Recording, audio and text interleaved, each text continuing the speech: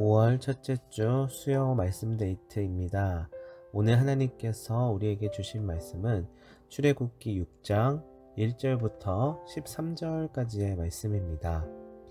출애굽기 6장 1절부터 13절까지의 말씀을 사랑글 성경으로 제가 읽도록 하겠습니다. 여호와께서 모세에게 대답하셨다. 이제 너는 내가 파라오에게 어떻게 하는지 보게 될 것이다. 내가 그를 강한 손으로 몰아붙여 이스라엘을 내보내게 할 것이다. 내가 그를 강한 손으로 몰아붙여 그의 땅에서 이스라엘을 내쫓게 할 것이다. 하나님이 모세에게 말씀하셨다. 그에게 이르셨다. 나는 여호와다. 아브라함과 이삭과 야곱에게는 내가 엘샤다이 전능하신 하나님으로 나를 나타내 보여주었다. 그렇지만 여호와라는 이름으로는 그들에게 나 자신을 알려주지 않았다. 또한 나의 언약을 그들과 세워서 그들이 나그네로 살던 땅인 가나안 땅을 그들에게 주기로 했다. 이제 또한 이집트 사람들이 노예로 부리고 있는 이스라엘 사람들의 신음소리를 내가 직접 듣고는 나의 언약을 기억했다. 그러므로 이스라엘 사람들에게 이렇게 전해주어라. 나는 여호와다. 너희를 이집트의 힘든 일에서 빠져나오게 하고 너희를 노예살이 하는 데서 빼내 줄 것이다. 내 팔을 펴고 무거운 형벌을 내려 너희를 구해낼 것이다. 내가 너희를 나의 백성으로 삼고 난 너희의 하나님이 될 것이다. 그러면 너희가 알게 될 것이다. 내가 여호와 너희의 하나님이시라는 것을. 내가 너희를 이집트의 힘든 일에서 빠져나오게 할 것이다. 아브라함과 이삭과 야곱에게 주기로 내가 손들고 굳게 약속한 땅으로 너희를 데려갈 것이다. 그 땅을 너희에게 주어 차지하게 할 것이다. 나는 여호와다. 모세는 이스라엘 사람들에게 그렇게 전해 주었다. 그러나 그들은 모세의 말을 듣지 않았다. 귀가 꺾였고 일이 고되었기 때문이다. 그러자 여호와께서 모세에게 명령하셨다. 가서 이집트 임금 파라오에게 말하거라. 그래서 이스라엘 백성들을 이집트 땅에서 내보내게 하거라. 이에 모세가 여호와 앞에서 아뢰었다. 보십시오. 이스라엘 사람들도 제 말을 듣지 않는데 파라오가 어떻게 제 말을 듣겠습니까? 저는 말이 아주 서툰 사람입니다. 여호와께서 모세와 아론에게 말씀하여 명령하셨다. 이스라엘 사람들과 이집트 임금 파라오에게 가서 이스라엘 사람들을 이집트 땅에서 이끌고 나오라고 하셨다. 아멘. 오늘 내가 보리라 라는 말씀의 제목으로 말씀을 나누도록 하겠습니다. 오늘 우리가 읽었던 본문에서는요, 모세는 이스라엘을 구원하시리라는 하나님의 진실된 약속을 잠시 잊어버렸습니다. 왜냐하면 갈수록 바로에 의해 핍박이 심해졌고 결국에는 침체에 빠져 절망에 이르게 된 것입니다. 본문 앞에 두 절인 5장 22절부터 23절을 보았습니다. 그러자 모세는 여호와께로 돌아와서 여쭈었다. 주님, 이 백성을 왜 어려운 형편에 빠지게 하셨습니까? 도대체 왜 저를 보내셨습니까? 제가 파라오에게 가서 주님의 이름으로 말한 때로부터 그가 이 백성의 형편을 더욱더 어렵게 합니다. 그런데도 주님은 주님의 백성을 빼내어 주지 않고 계십니다. 아멘. 지금 모세는 매우 고통스러워하고 있습니다. 그리고 하나님을 향해 두려움을 호소합니다. 바로 이때 하나님께서 모세를 만나 주십니다. 그리고 오늘 본문 1절의 말씀을 주시는 것입니다. 1절 말씀을 다시 한번 읽어보겠습니다. 여호와께서 모세에게 대답하셨다. 이제 너는 내가 파라오에게 어떻게 하는지 보게 될 것이다. 내가 그를 강한 손으로 몰아붙여 이스라엘을 내보내게 할 것이다. 내가 그를 강한 손으로 몰아붙여 그의 땅에서 이스라엘을 내쫓게 할 것이다. 아멘.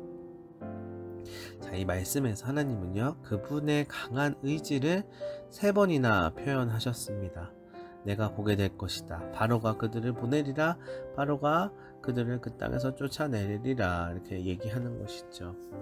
자, 하나님께서 반드시 그렇게 하시겠다라고 하는 강한 의지를 지금 나타내고 계시는 것이에요.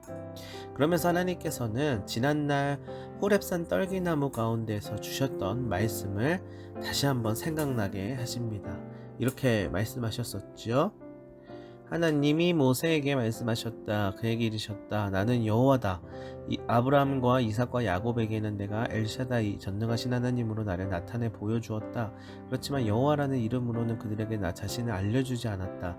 또한 나의 언약을 그들과 세워서 그들이 나그네로 살던 땅인 가나안 땅을 그들에게 주기로 했다. 이제 또한 이집트 사람들이 노예로 부리고 있는 이스라엘 사람들의 신음소리를 내가 직접 듣고는 나의 언약을 기억했다. 아멘. 하나님은 나는 여호와이니라 여호와의 이름을 걸고 언약을 반드시 이루시겠노라고 다짐해 주었습니다. 하나님께서는요, 진실로 그분의 뜻에 따라 일을 하시기로 작정하면 그 아무도 막을 수가 없습니다. 그렇기 때문에 우리의 삶에 있어서 하나님께서 그분의 뜻대로 일하실 수 있도록 우리는 늘 간구해야만 합니다. 그리고 하나님의 일이 이미 시작되었음을 반드시 믿어야만 합니다. 우리 한 사람 한 사람에게와 또한 우리 교회에도 하나님께서 이미 역사하고 계시는 줄로 믿으시기를 바랍니다. 그러므로 잠잠히 하나님을 바라보며 그분의 일하심을 기대하고 기도하며 하나님의 뜻을 분별하고 서로 행함으로 하나님의 역사가 나타나는 기적을 경험할 수 있게 되기를 바랍니다. 그렇다면 과연 우리는 어떤 하나님의 일하심을 경험할 수 있을까요? 가장 첫 번째로는 바로 하나님의 능력을 보게 될 것입니다. 모세는 지팡이 하나만 쥐고 이스라엘을 구원시키려 도전했다가 결과적으로 이 파라오 왕의 권세 앞에서 소위 말해서 기가 죽게 됩니다. 분명히 모세는 좌절하여 주저앉으려고 하지요. 그때에 하나님께서 모세에게 말씀하십니다. 담력과 확신을 갖게끔 하십니다. 본문 1절에서 그러시잖아요. 모세야, 이제부터 내가 바로 이 파라오에게 하는 일을 네가 볼 거야. 나의 강한 손으로 말미암아 이 바로가 이스라엘을 애굽 땅에서 내보낼 것이야. 이 파라오가 이스라엘을 애굽 땅에서 서둘러 보낼 것이야. 자, 본문에서 하나님이 두 번씩이나 강조하시는 이 약속은 무엇입니까? 바로 하나님의 강한 손으로 돌보아 주겠다라는 것이에요. 바로 이 말씀입니다. 여러분, 이 사실은 믿으시나요? 하나님의 강한 손은 어제나 오늘이나 하나님의 백성들을 붙잡고 계십니다. 성경은 증거합니다. 아브라함이 믿음이 약해져 그랄 지방으로 내려갔을 때 하나님께서 강한 손으로 그와 아내를 아비멜렉의 권력에서 지키며 돌보아 주셨다고 이야기합니다. 다니엘의 세 친구들도요, 풀무불 속에 던져졌을 때 하나님의 강한 손이 그들을 안전하게 만들어 주셨습니다. 다니엘이 사자굴 속에 던져졌을 때 하나님의 강한 손이 돌보아 주셨던 것이지요. 모세가 아말렉과 싸울 때에도 역시 하나님의 강한 손이 함께 하심으로 승리를 거두게끔 하셨어요. 다윗도요, 하나님의 손이 함께 함으로 물맷돌 하나로 골리앗을 물리치도록 만들어 주셨습니다. 베드로전서 1장 5절을 보면 이렇게 이야기합니다. 여러분은 하나님이 능력으로 지켜주셔서 믿음을 통해 구원에 이르도록 해주신 분들입니다. 그 구원은 마지막 때에 드러나도록 준비되어 있는 것입니다. 자, 이 말은 우리가 예수님을 알기 훨씬 이전부터 하나님께서 강한 능력으로 지켜주셨다는 말씀입니다. 모세는 그저 자신의 능력이 아니라 하나님의 강한 능력이 함께하였기에 지팡이 하나로도 이스라엘을 애굽으로 이끌어냅니다. 하나님의 강한 손이 곧 능력입니다. 두 번째로는 하나님의 사랑을 보게 되는 것입니다. 하나님은 시리와 절망에 빠져 있는 모세의 마음을 안정시키려 깊은 확신을 갖게 하십니다. 그 내용은 본문 2절부터 7절까지에 나와 있습니다. 하나님은 자신의 이름을 설명하시는 것이에요. 모세야, 내 이름은 원래 여호와이니라. 그 이름의 뜻은 신실하신 분, 선하신 분, 온전한 사랑으로 인도하시는 하나님이심을 말씀하고 계십니다. 하나님은 자신감과 용기를 잃은 모세에게 자신의 이름을 통하여서 확신을 심어주십니다.